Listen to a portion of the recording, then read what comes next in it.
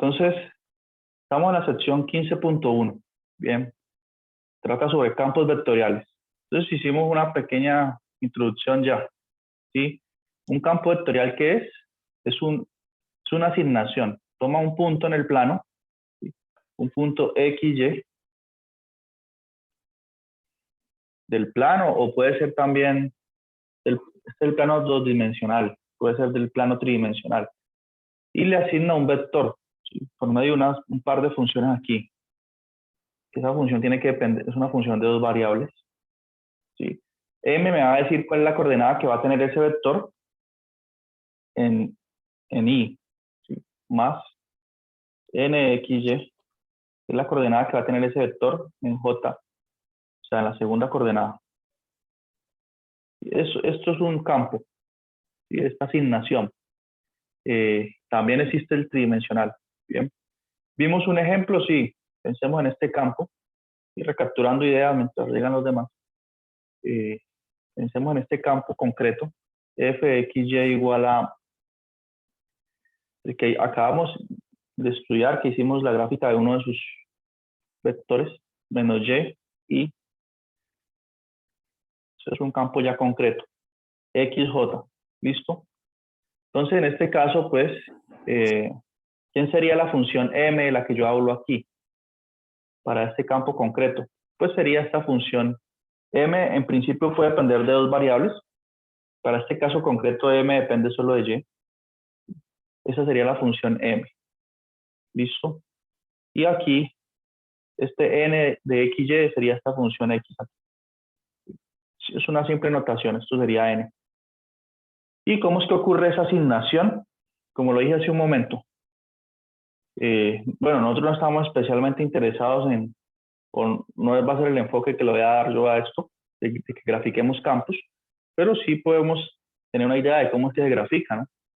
Que es algo muy sencillo, es como graficar una función, como graficar una recta. Todo el mundo aquí sabe cómo graficar una recta de los cursos anteriores, ¿cierto? Uno le va dando valores a X, entonces ve cuánto da Y y saca dos puntos, los une y listo, ya graficó la recta. Pero aquí es lo mismo, la misma idea.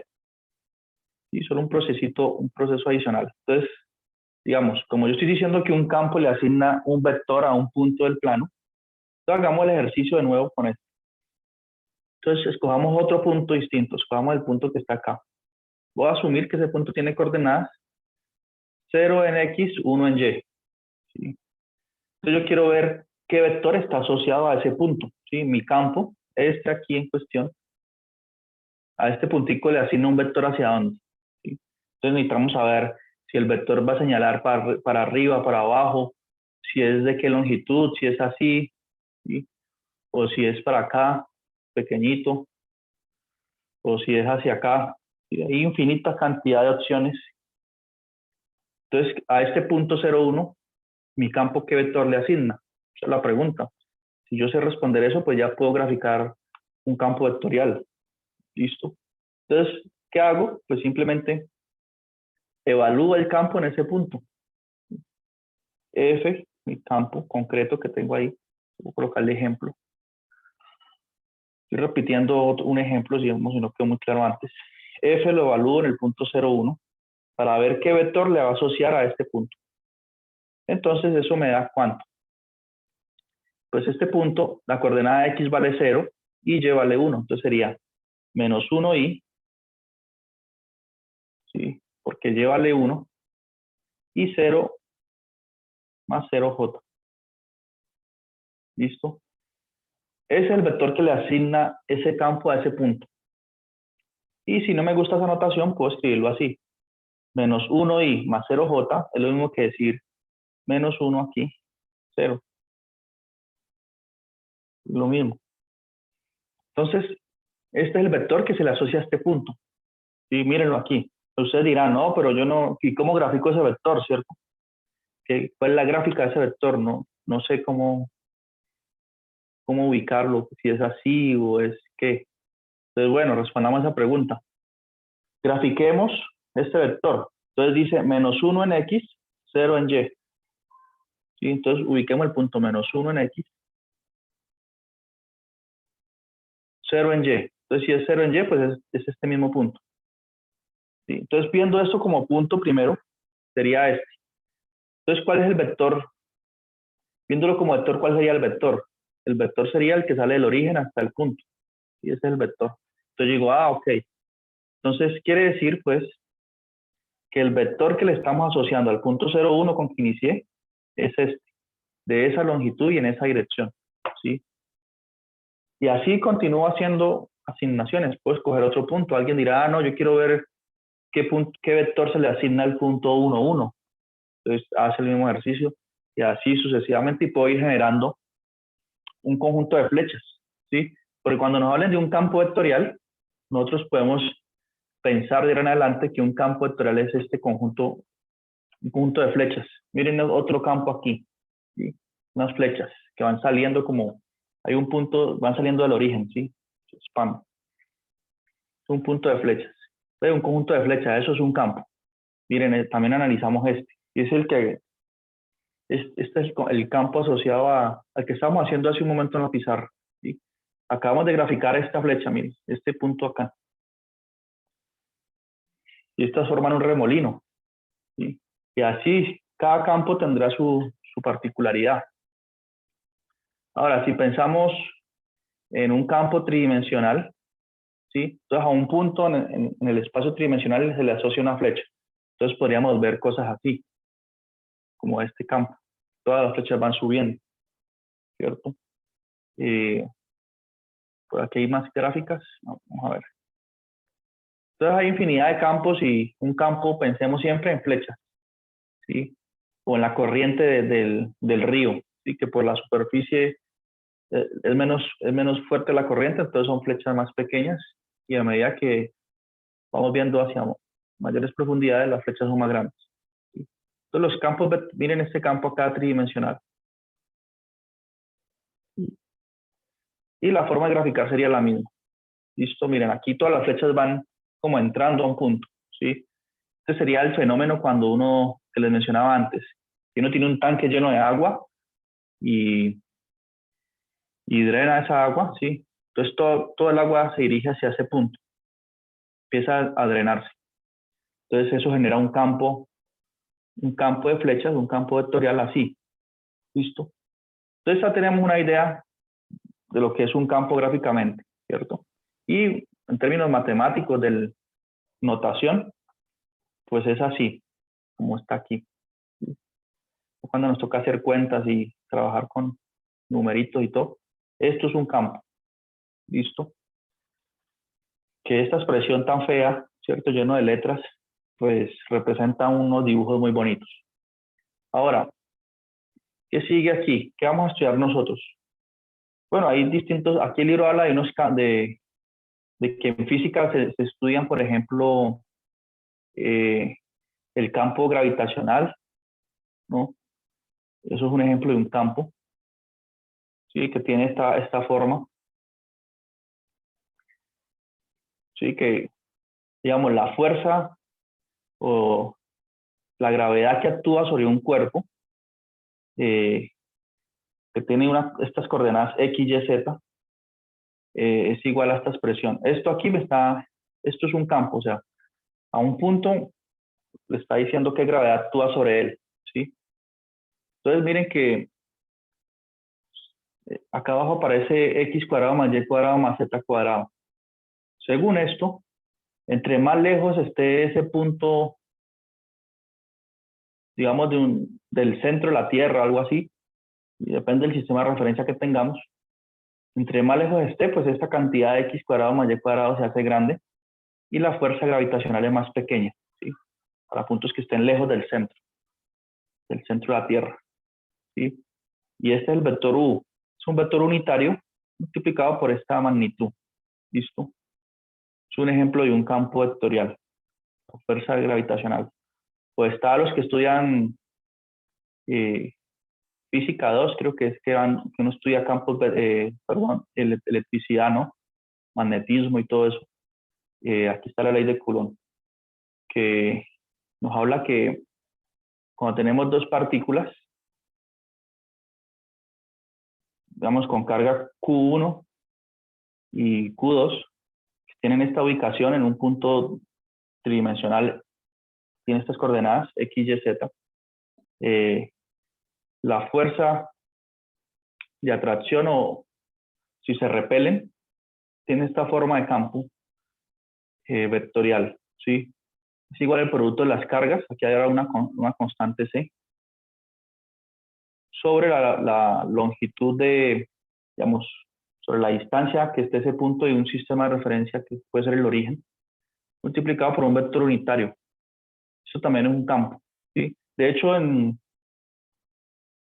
física uno estudia el flujo del campo, ¿sí? Eso es una integral de superficie. Pero tal vez nosotros no vamos a alcanzar a estudiar flujo ni integrales de superficie porque no nos da el tiempo. Pero bueno, hay muchos ejemplos de campos. Bien. Ahora, nosotros estamos interesados en qué tipo de campos. Entonces, lo que sigue a continuación. Estamos interesados en estudiar los campos vectoriales conservativos. Bien. Entonces, ¿qué es un campo vectorial conservativo? Veamos. Yo antes les comenté algo sobre eso. Les dije que los campos conservativos son interesantes porque más adelante, cuando estemos hallando integrales de línea, esa integral de línea va a depender del punto inicial y final. Bien. Entonces, esa es la importancia y por eso el interés en los campos conservativos.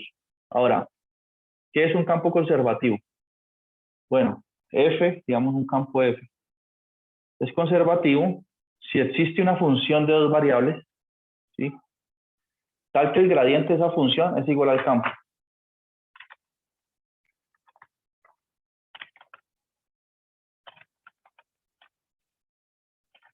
Si existe. Entonces, mire, cuando coloco F mayúscula me refiero a un campo, ¿sí? Asumamos que este campo es un campo vectorial en el plano. ¿Ya? Él depende de dos variables. Entonces vamos a decir que él es conservativo. Es una definición nomás. Y también se puede generalizar para tres dimensiones, ¿no? Si existe esto ya es F minúscula, esto es una función. Hay que distinguir, ¿bien? ¿Qué es función y qué es campo? Esto es una función de dos variables, las que hemos estudiado en todo el semestre, ¿sí? F de X, Y puede ser X por Y o cualquier otra.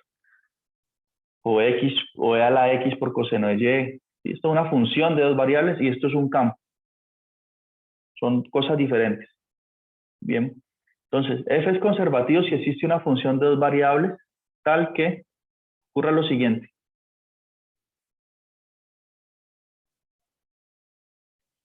Tal que el gradiente de esa función, de dos variables, recuerden que nosotros estudiamos el gradiente en el primer corte. El gradiente es el vector cuyas componentes son las derivadas parciales de F. Si el gradiente de esa función de dos variables es igual al campo. ¿Sí? Eso es lo que quiere decir que un campo sea conservativo. ¿Listo? Donde ese gradiente de F, si quieres soy más explícito, no es otra cosa que el vector cuyas primer componente es la derivada parcial de F con respecto a X y la segunda componente es la derivada de F con respecto a Y. ¿Sí? Es un vector, que también lo puedo escribir así si ustedes prefieren. Entonces, esto fue un gran descubrimiento, ¿sí? Que el hecho de que existiera esta función tal que su gradiente me da el campo, tuviera esas consecuencias en la integral de línea, ¿sí? Que ya veremos qué es exactamente, pero la consecuencia de la integral de línea de que la integral va a depender solo del punto inicial y final. ¿Listo? Entonces, eso es lo que quiere decir que F sea un campo conservativo. ¿Listo? ¿Qué más podemos decir de este campo?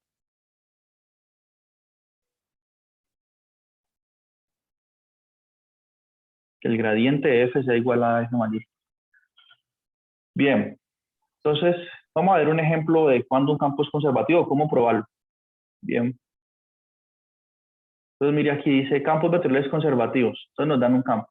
El campo dado, dice aquí, es conservativo.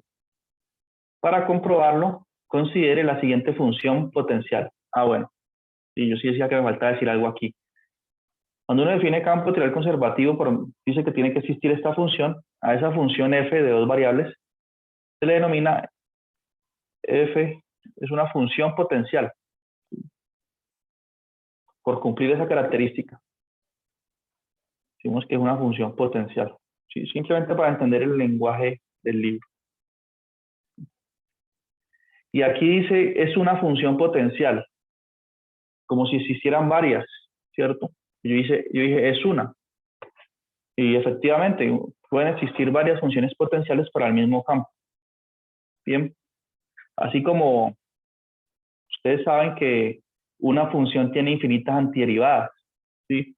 Por ejemplo, yo les digo, una función que cuando la derive me dé x. ¿Cuál función cuando la derive me da x? O me da 2x, pues.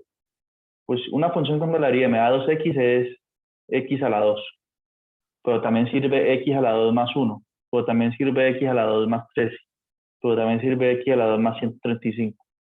¿Sí? Entonces, como aquí yo estoy tomando un gradiente y estoy hallando derivadas parciales, en realidad, esta función de dos variables sumada con cualquier constante, ¿sí?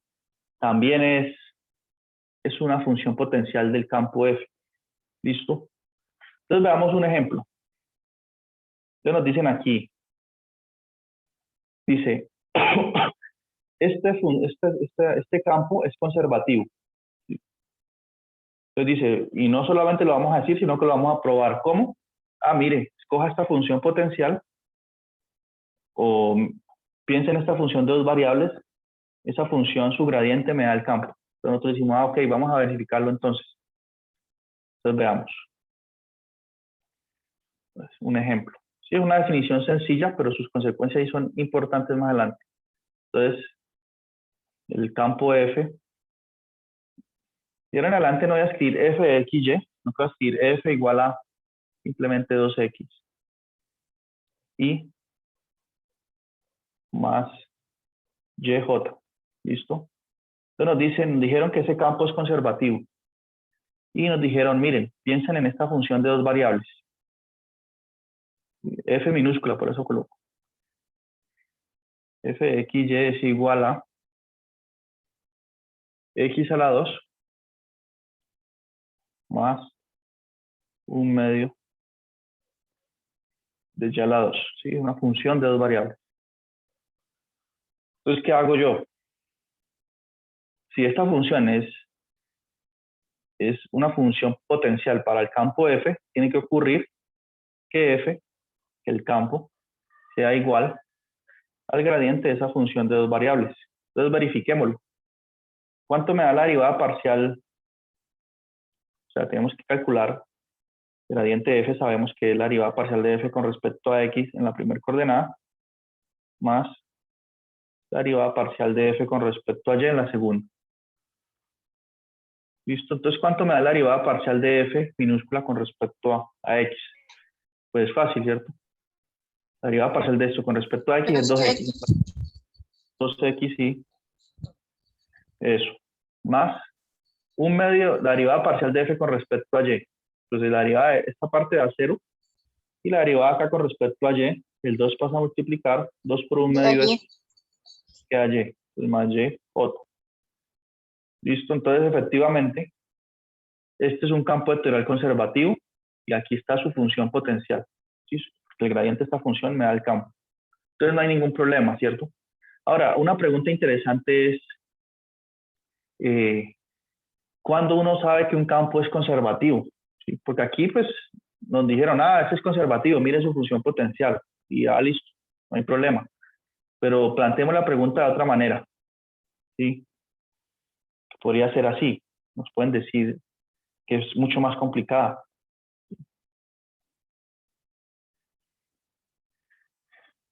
La pregunta podría ser esta. Digamos que yo a mí me dan un campo vectorial y me dicen, o la pregunta sería, ¿cómo saber si un campo vectorial es conservativo? ¿Sí? Entonces, alguien podría decir aquí, bueno, pues para saber que es conservativo, usted debe buscar la función potencial, ¿cierto? sea una forma de mostrarlo, pues buscando la función potencial. Pues la pregunta es, ¿qué tal que no sea conservativo y yo esté buscando algo que no existe? ¿Sí? Entonces, en ese sentido es que va la pregunta. Yo primero tengo que estar seguro que algo existe para luego buscarlo. Entonces, me gustaría, por ejemplo, que nomás analizando el campo, sus características, ¿sí? Sus dos partes, su parte M y N, pudiese yo deducir que él tiene un campo, pues, que tiene una función potencial, pudiese deducir pues que es conservativo. Y luego de eso, ahí sí puede venir la otra pregunta, ¿sí? Que es la siguiente. Si sé que un campo es conservativo, ¿cómo determino su función potencial?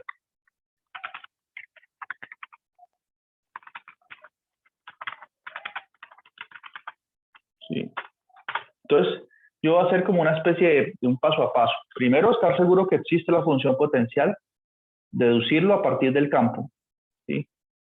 Y segundo, pues si se me arroja el resultado de que no existe, pues ni siquiera lo busco, buscar algo que no existe, no.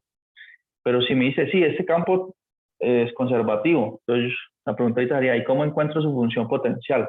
¿Sí? Porque es que más adelante, si yo estoy pensando en lo que viene, para hacer una integral de línea de un campo conservativo, como esa integral va a depender del punto inicial y final, necesito conocer su función potencial, bien, asociada al campo. Entonces, estas dos preguntas son importantes, digamos que es lo que es fundamentalmente lo que trata esta sección 15.1. ¿Listo? Entonces, vamos a ver que esta tiene una respuesta total, en el sentido de que siempre que nos den un campo tenemos las herramientas suficientes para ver si es conservativo o no. Y esa respuesta la responde el siguiente teorema. ¿Listo? Entonces vamos acá. Entonces se denomina, es el teorema de la sección, pues, teorema 15.1. Entonces nos dice, miren, criterio para campos vectoriales conservativos en el plano, ¿sí? De dos variables. Entonces digamos, sean m y n, dos funciones con primeras derivadas parciales continuas en un disco abierto R. Estas condiciones que ofrece aquí el teorema es una simple rigurosidad, ¿sí? Porque nosotros estamos trabajando todo el tiempo con funciones bien comportadas. ¿En qué sentido? En que son continuas en todo el plano, prácticamente. ¿Sí? Entonces, lo importante aquí es este criterio. Dice, el campo vectorial, ¿sí? Que de ahora en adelante se usará esta notación. MI más NJ, donde M y N son funciones de dos variables. Es conservativo sí y solo sí. O sea, es una condición necesaria y suficiente. Cuando uno dice sí, solo sí, en términos lógicos es un bicondicional. Que está diciendo que cuando yo hable de conservativo es lo mismo que hablar de que estas derivadas parciales aquí están iguales. Y son cosas equivalentes. Entonces, conclusión, el campo es conservativo sí, solo sí. La derivada parcial de n con respecto a x es igual a la derivada parcial de m con respecto a y. ¿Sí? Entonces, determinar que un campo es conservativo se reduce pues a hallar esas derivadas parciales. Bien, es algo muy sencillo. Aquí está la demostración de ese resultado. Bien, aquí nos explican por qué esa condición es necesaria y suficiente. Entonces nos dicen, bueno, voy a dar una idea de la demostración. ¿Sí? Nos dicen, bueno, vamos a ver que esa condición es necesaria. Entonces voy a suponer que el campo es conservativo porque es un bicondicional. Si uno estudia lógica, sí, lo que hacen los matemáticos es aprender, o bueno, hay algunos cursos de lógica, ¿no? Cuando uno quiere probar que P, P sí, solo sí Q, o sea, que P y Q son equivalentes, y son dos afirmaciones, quiero probar que son equivalentes. Entonces, lógicamente, ¿cómo debo proceder? Debo suponer que Q es verdadero y que P es verdadero y que P implica Q. ¿Sí? Esa es una parte de la demostración. Y luego, debo suponer que Q es verdadero y que Q implica P.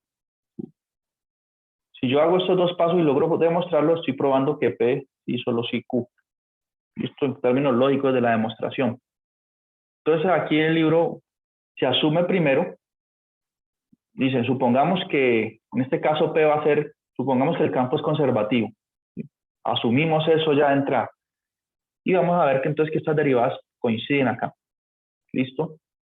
Esto aquí que dice, bueno, si yo supongo que el campo es conservativo, por definición, acabamos de ver, tiene que existir una función potencial, ¿sí? Tal que el gradiente de esa función me da el campo.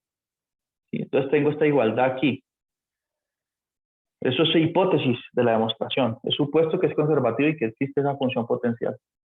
Entonces, de esta igualdad que tengo acá, ¿qué concluyo? Bueno, que la parte m del campo tiene que ser igual a la derivada parcial de f con respecto a x. ¿Sí? Como igualar dos vectores, estoy igualando coordenada a coordenada. ¿Bien? Y la derivada parcial del campo, de la función potencial con respecto a y tiene que darme n. Entonces tengo estas dos igualdades. Están aquí. Esta y esta aquí. ¿Sí? Que se deducen de esta igualdad. Bien. ¿Qué se deduce? Pues por hipótesis, porque yo he supuesto que el campo es conservativo. Entonces, ¿qué ocurre ahorita? Resulta que si yo tengo esta igualdad, si eso es cierto, yo puedo derivar, a ver, voy a escribir aquí. Eso es una simple demostración de ese resultado que es muy útil. Entonces, hemos llegado al hecho de que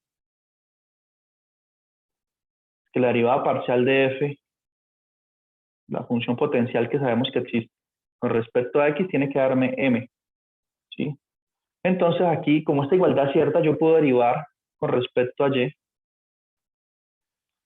a los dos lados. Entonces derivo parcialmente con respecto a y. Tengo dos funciones que son iguales y las derivo a los dos lados por la misma variable, pues da igual. Entonces, en el lado izquierdo, si yo tengo f sub x y lo derivo con respecto a y a su vez, eso es lo mismo que decir que calculé esta derivada mixta. Yo estoy diciendo que f de x y es igual a la derivada de m con respecto a y. ¿Listo? Ahora, lo mismo puedo hacer con la otra igualdad. ¿Sí? Si yo sé que la derivada parcial de f con respecto a y es igual a n, derivo parcialmente con respecto a x a los dos lados, yo tengo esto. ¿Listo? Entonces, ¿aquí qué ocurre? Simple, que nosotros sabemos que como la función potencial es continua y satisface todas esas propiedades de diferenciabilidad, en un teorema que nosotros estudiamos hace mucho tiempo, ¿qué dijimos nosotros? Que las derivadas cruzadas de una función, ¿qué son? Las derivadas mixtas. Y yo tengo la derivada de x en este orden, luego calculo la derivada primero con respecto a y y luego con respecto a x. Para una función con buenas propiedades de diferenciabilidad, ¿qué dijimos que esto era? Igual. Iguales. Las mixtas son iguales. Por lo tanto, si estas mixtas son iguales, entonces la derivada de m con respecto a y va a ser igual a la derivada de n con respecto a x. Exacto. Entonces tenemos que se satisface esta igualdad. ¿Listo? Que si el campo es conservativo, entonces ocurre esta igualdad. Y en el fondo esto viene de que las derivadas mixtas son iguales de la función potencial. ¿Listo? Ahorita si yo quiero probar lo contrario, entonces yo debo suponer que yo tengo un campo, ¿sí? Tengo este campo, y que ese campo satisface que es la derivada de n con respecto a x es igual a la derivada parcial de m con respecto a y. Debo suponer eso. Y con esa hipótesis, simplemente, debo mostrar que existe una función potencial. ¿Sí? Entonces, aquí dice, bueno, ese regreso se muestra en la sección 15.4. ¿Sí? Es una sección más adelante porque seguramente usará resultados un poco más complicados, porque estamos en la sección 15.1. Entonces, hasta ahí ese regreso no lo hacemos aún, pero sí entendemos un poco qué está sucediendo, ¿sí? ¿Por qué estas condiciones? Y para probar que un campo es conservativo. ¿Listo? Entonces, podemos escribir la respuesta, pues, en la pizarra así. Conclusión, pues.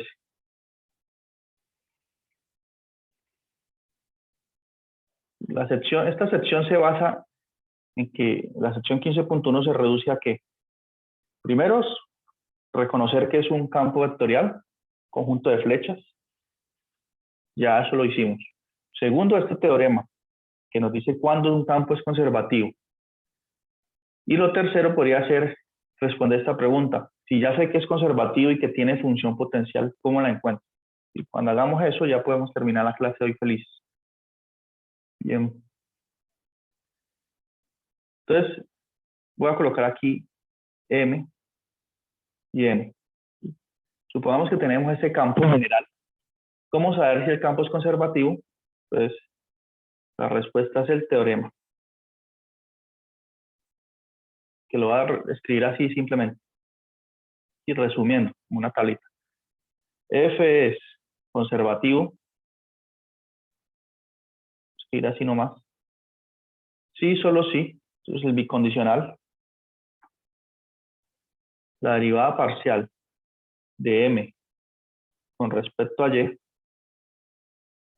es igual a la derivada parcial de N con respecto a X. Listo. Respondí la primera pregunta. Ahora, luego que yo tengo la certeza de que el campo tiene función potencial, que eso es lo que quiere decir que sea conservativo, ¿cómo la encuentro? ¿Sí? ¿Cómo determino esa función potencial? Entonces vamos a ver un ejemplo y vamos a hacer todo el ejercicio. ¿Sí? Todo aquí nos dicen, prueba de campos vectoriales conservativos en el plano. Decidir, perdón, decidir si el campo vectorial es conservativo. Bien. Aquí nos preguntan solamente que lo decidamos. Entonces resolvamos el ítem A. En este caso la función m es x a la 2 por y y la función n es x por y. Entonces hagámoslo acá en la pizarra. Entonces nos dieron ya un campo concreto. Entonces esta función en m y n nos las dieron. Voy a escribir aquí. X a la 2 por y. Y aquí nos dieron x por y. Entonces debo saber si es conservativo. Entonces, ¿qué hago? Uso este teorema. La derivada de m, coloquemos acá arriba m y n. Entonces la derivada de m con respecto a y me tiene que dar igual a la derivada de n con respecto a x. ¿Cuánto va la derivada de m con respecto a y? Me da x cuadrado. Si yo derivo esto con respecto a y, la derivada de y es 1, x cuadrado sería constante. X cuadrado por 1 es x cuadrado. ¿Sí? Y la derivada de n con respecto a x, ¿cuánto da? N con respecto a x da y. Entonces, x cuadrado es distinto de y. Conclusión, ese campo no es conservativo. Entonces, imagínense, ni le busquemos función potencial, no va a existir, nos quedaremos toda la vida buscando. ¿Sí? Entonces, estamos aquí. Entonces, aquí nos dicen, no es conservativo porque, miren las derivadas, x cuadrado y son distintas. Y este ítem B, este sí es conservativo. ¿Por qué? Porque este fue el ejemplo que hicimos hace un momento.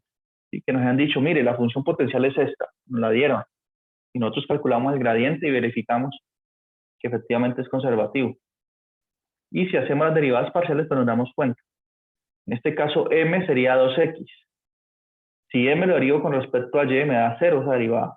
Y aquí no aparece y. Y n es y. Si derivo eso con respecto a x, también me da 0. La derivada de y con respecto a x es 0. ¿Y 0 es igual a 0? Sí. Entonces, claro, es conservativo. Ya lo sabíamos, pero lo verificamos con ese teorema. Bien. Ahora la pregunta interesante es, la que debemos responder hoy, es cómo calcular la función potencial cuando yo ya sé que es conservativo. Bien. Entonces vamos a hacer el ejercicio completo. Entonces podemos hacer este mismo. Entonces 2xy, x cuadrado menos y. Entonces borro aquí, coloco 2xy, este es el campo, y aquí coloco x cuadrado menos y.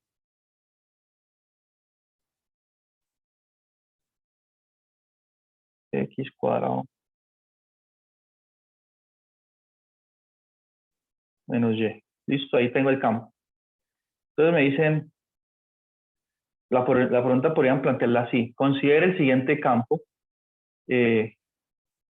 Determine si es conservativo o no. En caso de que sea conservativo, halle su función potencial. Y esa podría ser la pregunta. Entonces nosotros tenemos que primero verificar si es conservativo o no. Entonces este es M, este es N. ¿Cuánto es la derivada parcial de M con respecto a Y?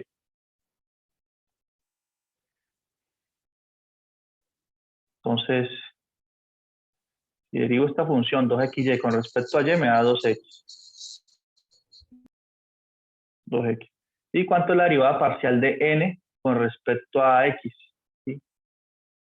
Me da 2x también. Conclusión, se satisface esa condición del teorema. Estas derivadas son iguales, 2x igual a 2x. Conclusión, ¿es conservativo? Sí, conservativo es. Ahora, pregunta, ¿cómo encuentro su función potencial? Sí, eso es lo nuevo. Entonces la respuesta es sencilla, mire. Yo digo, bueno, como es conservativo, ya sé que existe, voy a buscar algo que tengo certeza que existe, ¿no? No sé qué tan difícil sea encontrarlo, pero existe. Estoy tranquilo. Entonces yo tengo que decir, bueno, la función potencial es una función de dos variables tal que la derivada parcial de esa función con respecto a x me tiene que dar esta primera parte del campo. ¿Sí? Entonces, ¿qué hago yo aquí?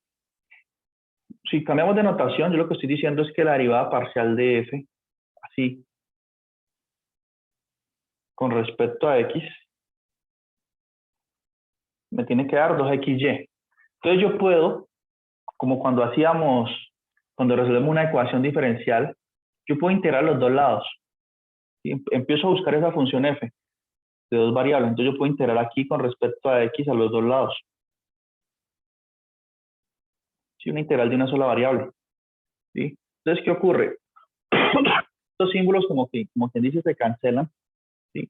Y me queda la integral de df. Esta integral sería f. Ustedes saben, cuando uno tiene la integral de x o de y o de z, eso da y. Entonces eso me haría f, y acá me quedaría esta integral con respecto a x de 2xy.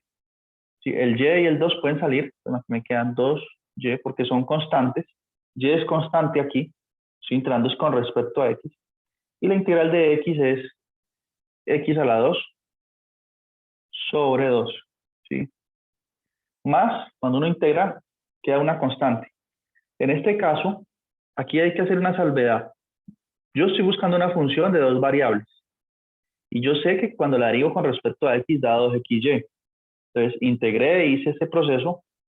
Entonces, aquí puede ser que me quede una constante, pero esa constante puede ser que dependa de y. ¿Sí? Porque yo sé que si derivo f con respecto a x, esta parte aquí que depende solo de y, pues daría 0. ¿Sí? Entonces aquí tenemos que aceptar que existe algo que depende de y. ¿Sí? Entonces mi función f, candidata a ser función potencial, es una función de dos variables. Empezamos a verle el rostro.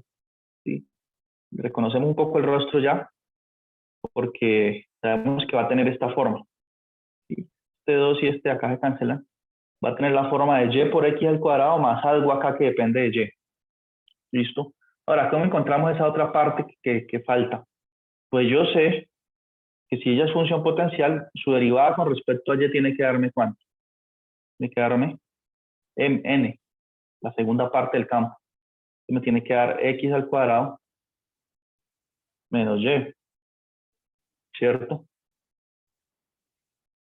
Tiene que darme eso. Entonces aquí integro los dos lados y hago el mismo proceso y luego hago una comparación ahí entre los términos para deducir quién es f. Entonces, como nos queda menos de un minuto, voy a enviar otro link para terminar este ejemplo y tal vez otro y ya terminamos por aquí. ¿Listo? Explicar otra vez ahorita lo de la constante, es que no entendí muy bien. Sí, es que nos falta terminar el ejemplo aquí. ¿Cómo,